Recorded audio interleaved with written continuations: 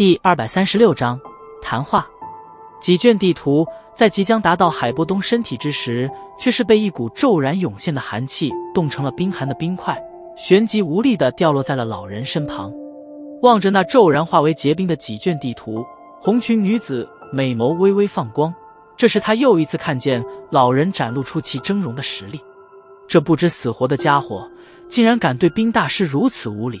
当真是鼠目寸光之辈。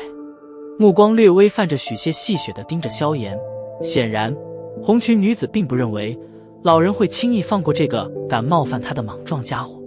当然，这一切的想法自然只是女子的一厢情愿。老人虽然的确是如他所想的将心神从地图上移了起来，不过那犹如寒冰般的干枯脸庞在扫向面前的黑山少年时，却是流露出了许些极为罕见的笑意。